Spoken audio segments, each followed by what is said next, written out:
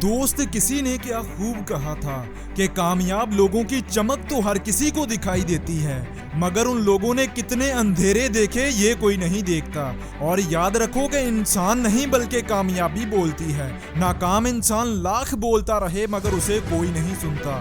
दोस्तों, अच्छी और मोटिवेशनल लाइनों को पढ़कर या सुनकर जिंदगी में कोई बदलाव नहीं आता। इंसान की जिंदगी में तब्दीली तब आती है जब इन बातों को प्रैक्टिकल तरीके से जिंदगी में लाया जाए। और अगर जिंदगी में कुछ बड़ा करना चाहते हो तो बदलाव लाना बहुत जरूरी है। अगर आप वो हासिल करना चाहते हो जो आपको आज तक नहीं मिला, तो आपको वो करना होगा जो आपने आज तक नहीं किया। इसलिए खुद को बदलिए। सोच कर देखिए कि क्या आप एक जैसे कपड़े पहनते हैं, एक जैसा खाना खाते हैं, एक जैसे लोगों से मिलते हैं। अगर आप इतना कुछ हर रोज बदलते हैं तो जरा खुद को भी बदलिए। इन मिसालों से ये बात साबित हुई कि इंसान का खुद को बदलते रहना ही खुद को बेहतर से बेहतर करना ही उसे कामयाब बनाता है। और किसी ने क्या खूब कहा था कि इंसान घर बदलता है, कपड़े बदलता है, लोग बदलता है, मगर अफसोस अपने ख्यालात को नहीं बदलता।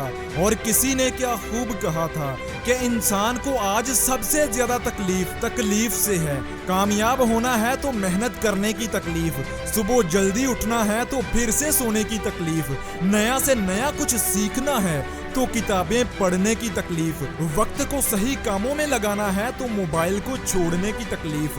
दोस्त, देखा जाए तो इसी तरह की बहुत सी तकलीफें हैं इंसान की जिंदगी में। नाकाम इंसान तकलीफें बर्दाश्त नहीं करता और उनसे हमेशा भागता है। अरे भागने का इतना ही शौक है तो ख्वाब देखना छोड़ दो ना। ये दोगलापन क्यों?